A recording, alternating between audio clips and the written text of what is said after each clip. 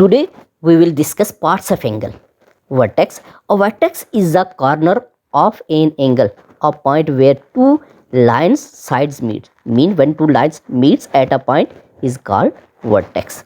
O is the vertex in the given figure. I will show figure in the given figure. Given figure is this is vertex. Mean O. This is called vertex. OA and OB where two rays are meet is called vertex. Next, arms, the two sides of the angle joining at a common end point OA and OB are arms of an angle. Mean OA, this is called arm, OB is also a arm. Initial side also known as the reference line or straight line from where an angle is drawn.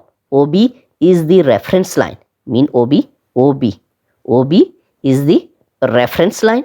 Terminal side, the side up to which the angle measurement is done. In the given diagram below, OA is the terminal side.